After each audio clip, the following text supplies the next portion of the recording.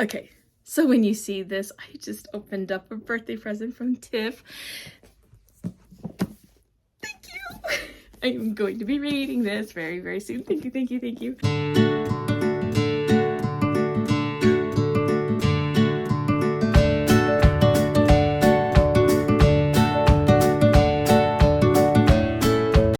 Welcome back to my okay, so welcome back to my channel. I'm a little giddy because I just got the My F series by SD Abby and I cannot wait to read it.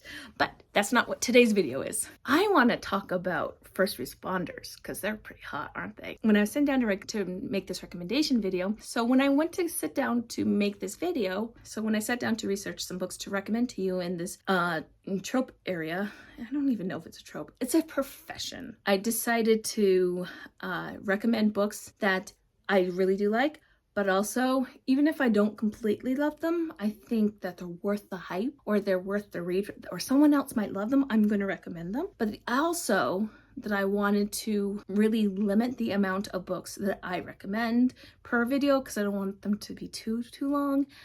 Because when I was researching this, I had like 15-20 books on my list and I was like, I can't, that's just too much. But also I want to not do any repeat authors specifically in a video. So if I'm going to recommend a Catherine Cowles book in this video, I will not recommend another Catherine Cowles book in this video. I'll just save it for the next video. So those are my rules. So first responders, firefighters, police officers, and nurses. And surprisingly, I did not find a lot of nursing romance or romance where the heroine was a nurse that I've read and truly liked. So, but there are a few definitely. But first off, let's start with firefighters. Okay, and the first book I'm going to recommend, where the hero is the firefighter, is Between Hello and Goodbye by Emma Scott. And this is going to be on my favorites list for 2023. I know it because, oh my gosh, that book was so fantastic. It was so good. It put me out in the slump. And it was about Faith, and it's about Faith, who's a party girl from Seattle. She's basically partying her life away. She's in advertising, marketing. Her bosses want to make her a partner. However, her partying is getting in the way of her job. But she's so good at it that they don't want to fire her. So they give her 2 weeks to get her head on straight. So she decides to go to Hawaii to get some R&R and get away from a very toxic friend, because there is a very toxic friend of Faith's in this book, so beware of that. But she decides to go on a hike with the wrong type of shoes. I mean, who's done that? Yeah, I've done that before. Not the best idea. But anyway, so she sprains her ankle really bad, and the firefighters are called.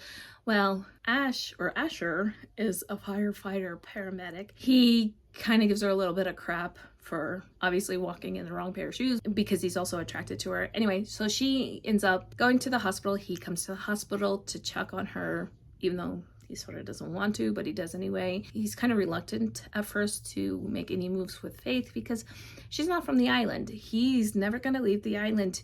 That's where his brother and his sister-in-law lives. That's where his nephew is. That's where he found peace from a pretty traumatic childhood. So he starts helping her, or she meets his brother. They all hit it off, and eventually they have a lot of passion, a lot of heat, and it catches up with them and they start this affair. Well, then it's time for her to go back, and so they try to make it work. The thing I love about this book is that you do get to see him fight a fire, you do get to see him work as a paramedic, and you get to see him and her work out some really tough things that happen. Or they all work out their own stuff. They all have their own trauma, and honestly, they work it out separately and then they work it out together. And trigger warning for death of a loved one, but the amount of heart and heat that is in this book is so good. There is a little bit of other woman drama, but it's not based upon the hero or the heroine. It's based upon someone who would not take no for an answer. And I'm just going to leave it at that. So I highly recommend this. Go read it. You will not regret it. And also the audiobook, fantastic. Reading it on page is fantastic. Listening to it is fantastic. Just go read it. I promise you will not regret this one. you cannot have a first responder video without recommending a Bailey brother. So in this case, I am choosing Logan Bailey, which his book is book 5 in the Bailey Brothers series, and it's called Chasing Her Fire. This one is fantastic, okay? So this one is about Logan Bailey and Claire. Claire and Logan cannot stand each other. Claire is very much a socialite type person. She doesn't really have a job, but she helps everybody else because she lives off a trust fund that her grandparents left her. They were famous actors, very successful actors, and so she has this money, so she tries to help everybody that she can. Again, trigger warning for toxic relationships. This time it's with her mother. Her mother is not a good person to her. Anyway, so you see them in the first few books. She's friends with the heroine from the first book. Logan and her, they butt heads the whole entire time. It's really, honestly, it's not really hate to love, it's more foreplay. That's really what it is foreplay. And then it comes to a head at a party where they both get very, very drunk and have unprotected hot sex. And what's going to happen? Of course, but a surprise baby. And yeah, I know a lot of people don't like surprise baby, but I do, so I'm still recommending it. He's a Bailey. You just have to read the Bailey series. It's just fantastic. But anyway, she doesn't try to hide it from him. They have to work out their crap, and they do, actually. He takes care of her. They had this connection that they didn't want, but they had it. And he didn't like her because she's like this boss, you know. She's the type of character that you would want to call if you have to bury a body. And he is just like a very goofy, sweet hero who really is kind of a man-child a little bit, but he grows up. And not only that, is that they are so amazing together. They are not just trying to deal with each other, they're trying to work with each other, and then they finally decide not to deny their feelings, but to embrace their feelings.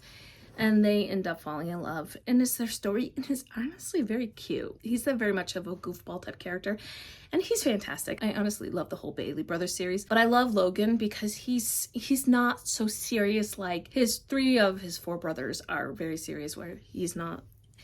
But he is just such a good character, and she is a very strong heroine without being in your face obnoxious. And he's not. He's a goofball, like I said, but he's not in your face obnoxious about how he is. So despite the accidental pregnancy, go read this book. It's so good. I mean it. Go read it. It's great. You can read it on page. It has an audiobook. Again, go read it. Now we're gonna move on to police officers / FBI. I want to highlight 2 really good books. One is a police officer and one is an FBI. And the first one is, I feel like this one is underrated and underappreciated, and it is Good Gone Bad by Giana Darling. This one is book 3 in the Fallen Men series, and this is a motorcycle club book series. This one's about Lionel Danner and HR, or Harley Rose, and she's Zeus's daughter. Zeus is the president of the Fallen Men Motorcycle Club, so they are an outlaw biker gang. And Lionel Danner is a police officer in Canada, I think British Columbia. He's very much a good guy. He is very much stick to the rules type of a guy. But they met when they were really young, or she was really young and he was a little older. This is definitely an age gap. They had a connection pretty early on. The thing is that because he's a police officer, he has this moral compass that her family does have a moral compass, but it's different because of their lifestyle. However, Danner is very much kind of like a Boy Scout, but he also knows when things are not good. He slowly goes from being a very stickler type of a cop to the MC side throughout the book. He loves Harley Rose. He tries to fight it. She tries to fight it too, because I mean, he's a cop. She's a motorcycle club princess. They're not meant to mix, basically. So this is very much forbidden. And the age gap, there's a pretty big age gap in this one. Not as big as Welcome to the Dark Side, but it is still there. This book starts out with HR in a relationship with this guy named Cricket, who is a drug dealer. He's a member of a rival MC club, and he's very abusive to her. He tries to rape her with a gun, so beware of that. It's very much a big trigger warning. There is sexual assault in here. There is toxic relationships. Just check trigger warnings. Whenever you're reading this series, check trigger warnings, okay? So she had to kill her boyfriend to get out of this situation. So instead of calling the police or calling her dad, who could literally cover it up and she'd be okay, she calls Danner and he protects her, and he's undercover in the biker gang that Cricket was a member of. Anyway, his nickname is Lion. She gave it to him. He's really sweet to her and to her family towards the end. Well, for her family towards the end. For her, he was sweet to her throughout the whole entire thing. And they are trying to take down this rival MC. Anyway, this one is very much underrated. I feel like people don't like it as much as they like Welcome to the Dark Side or Inked in Lies. And I get it. It's more of a, he's not really a bad guy, because he's not. He's actually a good guy who makes some questionable decisions, but in the end, he does what he feels is right to protect the woman he loves. And that to me is a very moral guy. Anyway, and in the end, he works with Zeus and the fallen MC to bring these guys down and to protect Harley Rose. And it's honestly a really good book. I highly recommend this one as well. So this one's on audio, this one's on ebook, and this one's on paperback, so there's no excuses. So go read it. Oh boy, I love this one. Okay, so the next recommendation is an FBI, and he is a first responder,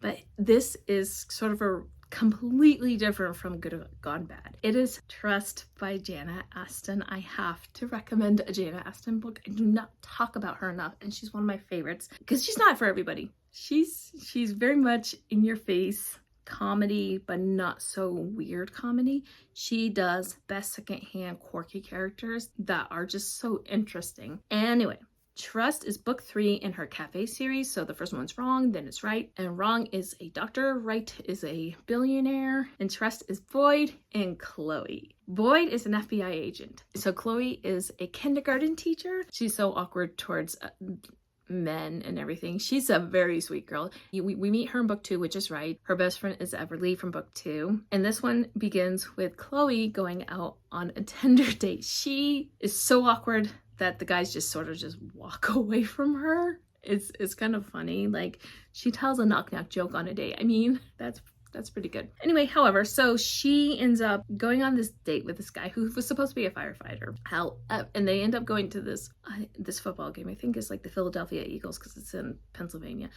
Anyway, they end up with these really, really great seats, and he's like, I'm gonna go get some snacks. Well, he never comes back, so she starts to go look for him. So she ends up getting arrested because her date turns out not to be a firefighter, but a con artist, and he has stolen those tickets at the 50-yard line, which, if you know anything about football tickets, they're extremely expensive, especially when they're that great of seats. And who should be the FBI agent? It's Boyd.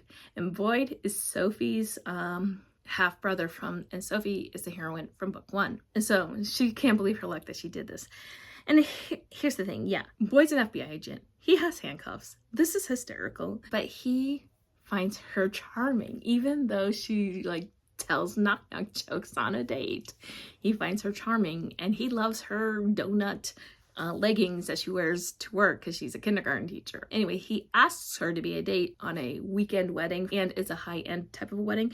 But here's the thing, and this is why I truly love this book, is Chloe has major anxiety, and the way Jana Aston wrote her was fantastic. It's very true to someone who has anxiety, at least in my experience. I loved it. I loved how caring Boyd was for her. And when they're doing their thing, they're going shopping for stuff, they're just Chloe and Boyding. That's what they say. They're Chloe and Boyding, and I love that. It's so sweet. I love their dynamic. And I love how they treat each other and react to each other. And this is just such a great book, and I do highly recommend it. It's actually one of the best books in her series. I'm not gonna lie. It's one of her best books that she's ever written. That is my recommendation for an FBI agent.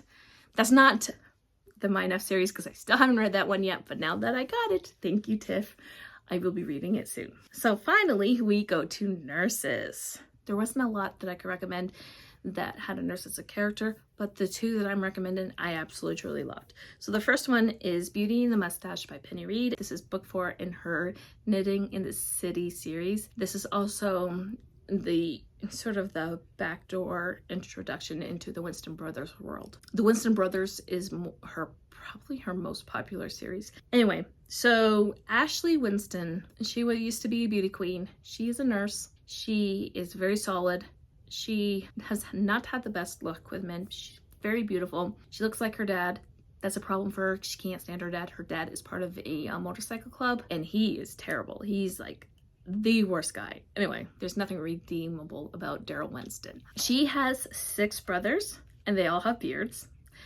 She loves to read her Viking romances, and she loves to knit with her friends. The book starts with her being woken up by her brothers trying to turn over a car. She goes in, gives her brother a purple nurple or titty twister, because that's the type of relationship they have, but it's not her brother. It's Drew Runos, and she did not know that, and he's like Viking hot. That's what she calls him, a marauding biker guy in the book, and I love it. Anyway, he's like stunned that she's a woman, because he actually thought Ashley was a man, because they're of all the Winston brothers. They're both immediately attracted to each other, but she hasn't been home in so long because her brothers were really horrible. I mean, her older brother Jethro was not a good guy. Younger brothers literally would like sit on her face and fart, because I mean, I have a brother, so I get it. So if you have a brother, if you have kind of that type of brother, you're gonna get it. So anyway, she ends up going to see her mama,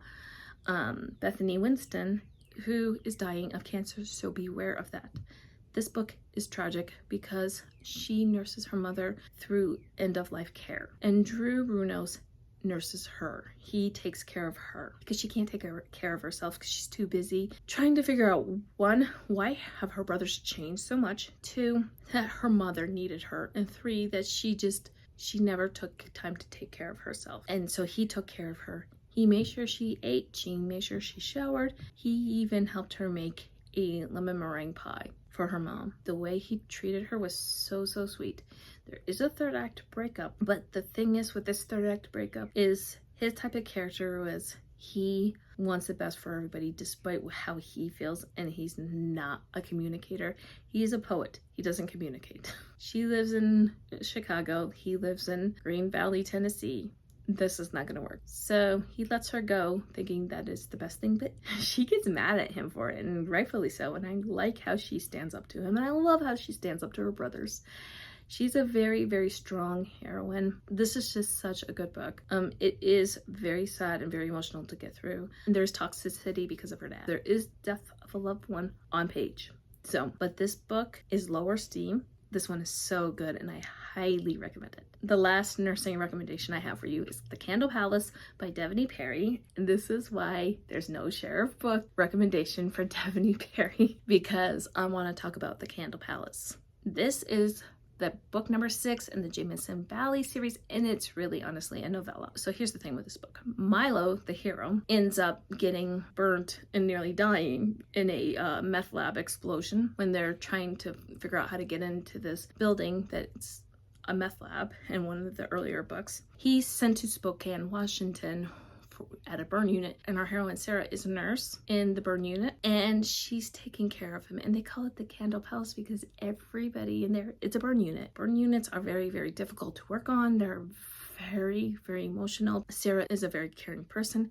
She and Milo, they end up flirting, and they end up having this connection, and they end up falling in love. So it's definitely forbidden because he is her patient, but also there's this doctor who works with her who won't take no for an answer. He's sexually harassing her, so trigger warning for that. And she has to deal with that. Well, they fell in love, and it's such a sweet, quiet romance, and I highly recommend it. And it's honestly, between this and The Outpost, are my favorite in the Jameson Valley series. So anyway, those are my first responder recommendations. Let me know if you know any great first responder romances. Let me know down below. And if you made it this far in the video, please leave me a flame emoji as we are talking about firefighters and hot guys. Have a great night, and I will see you in my next video. Happy reading. Bye.